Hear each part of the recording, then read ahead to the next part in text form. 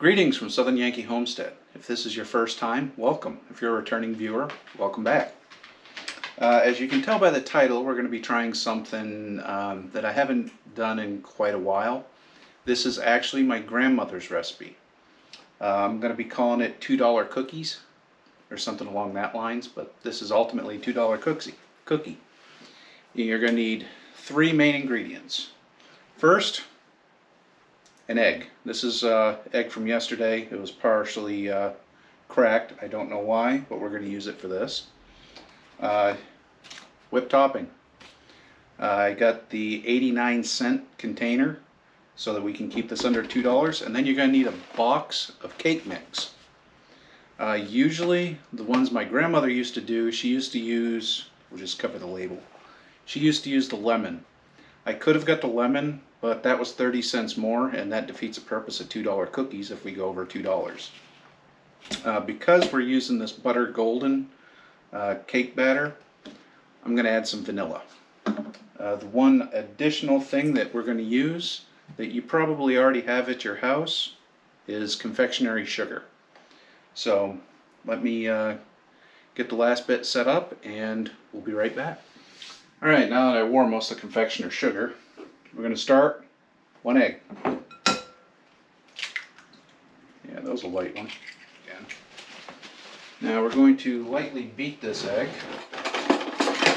because eggs don't mix in good if they're not beaten. I'm not talking bring it to a froth. I just want to get the white and the yolk mixed together.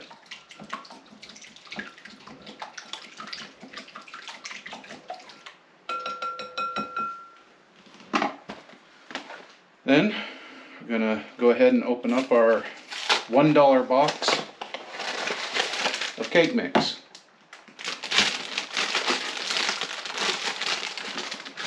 We're going to try to spread it everywhere because they glue these together. You know what?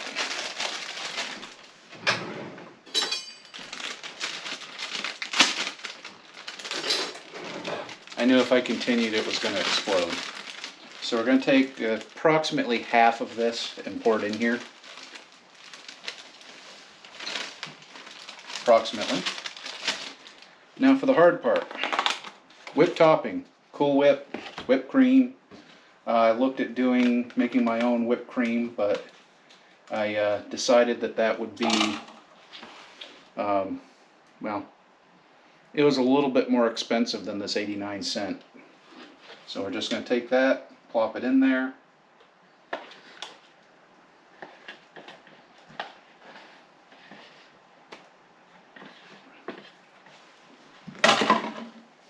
And then we're going to top it with the rest of the cake mix.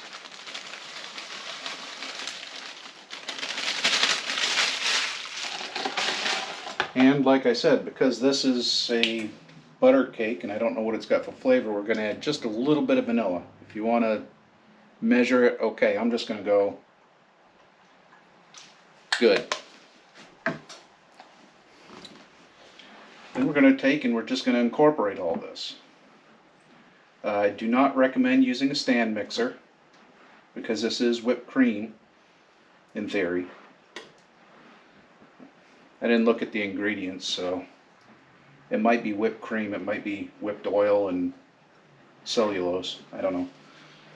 But we're just going to basically incorporate all this together. We're looking at making a dough.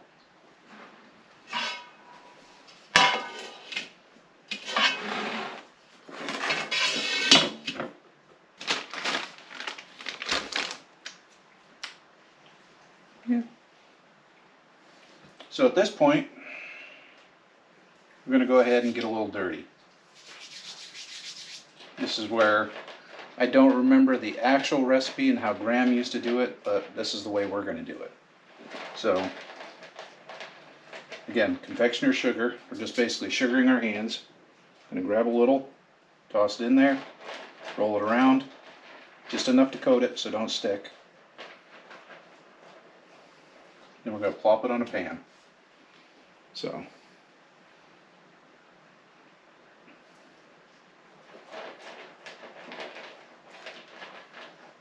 And these are going to be soft. That's a given. You're just going to roll them around, basically make a ball in the confectioner's sugar. And you're going to drop them in the pan. I guess you could use a spoon. Where's the fun in that, though? I'm going to do one more.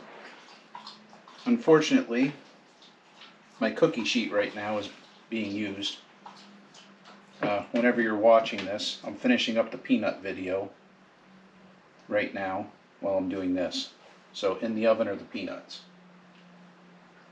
So unfortunately my cookie sheet is there. So with that, like that now, we're going to scrape our fingers off.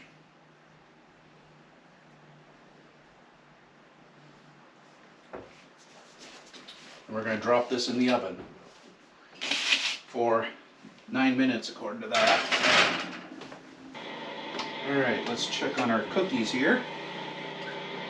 Oh, they're still way too soft. I need to give them a couple minutes more. We'll give them 4 minutes and come back to them. The time lapse is me stepping on this frozen pile of salt. Alright, let's see how we're doing here. Well, they've turned brown. Might be slightly overcooked. Let's see how they come up.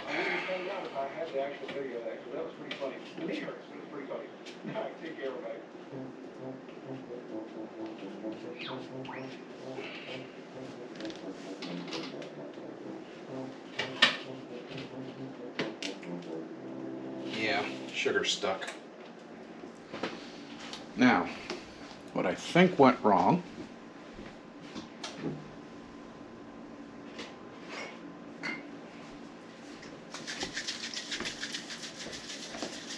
we're using a lot of sugar. There's sugar in the whipped cream, there's sugar in the cake mix, there's sugar on the outside, which is good for caramelization.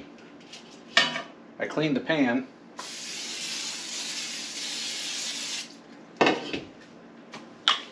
Now we're going to unstick it. So, with that being said, I'm also, hope you're on frame here, I'm going to use 2 spoons to do it this time to try to keep my fingers clean. So I'm just going to take a nice healthy tablespoon, push it into the confectioner sugar, sprinkle the sugar on top, and then use that to roll it around.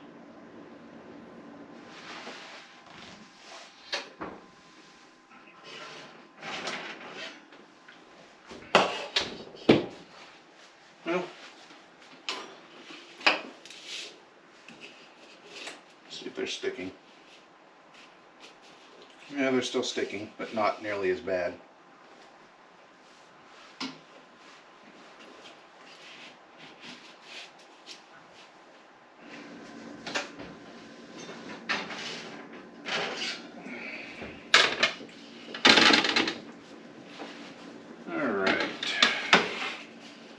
Well, I'm going to go ahead and end this video here. I don't think I did these cookies right, so we'll mark this one up as a partial failure. Alright, so I'm here editing, and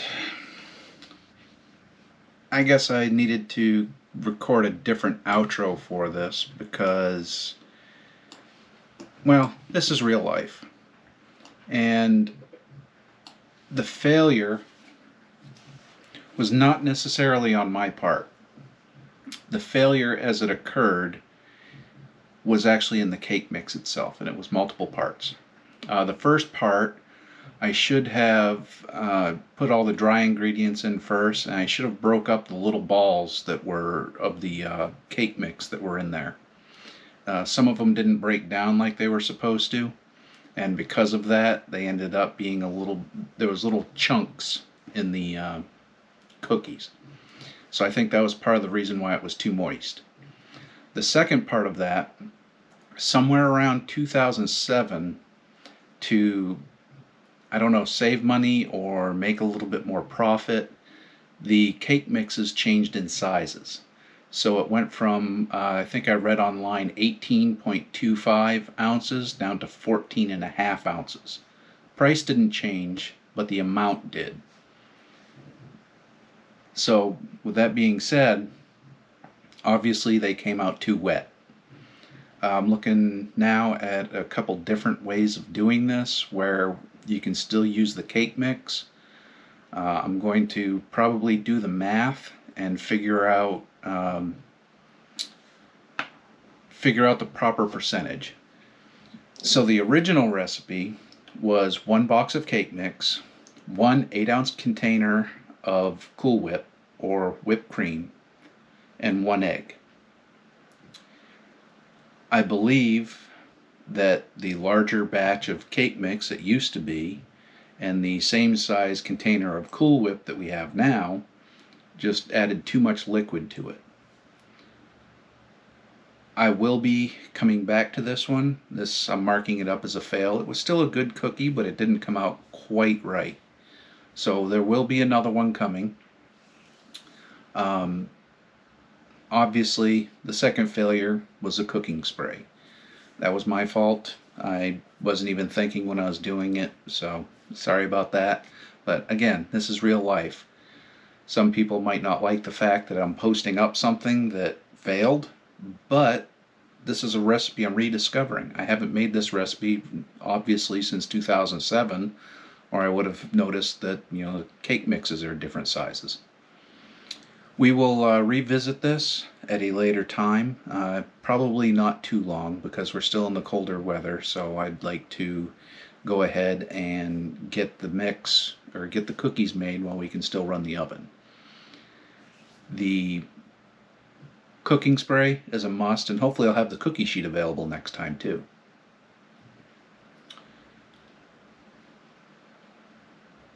But with all of that being said, I hope you enjoyed the video.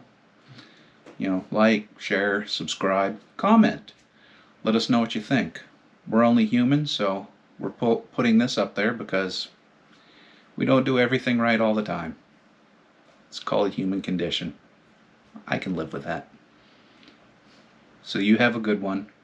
God bless. Bye.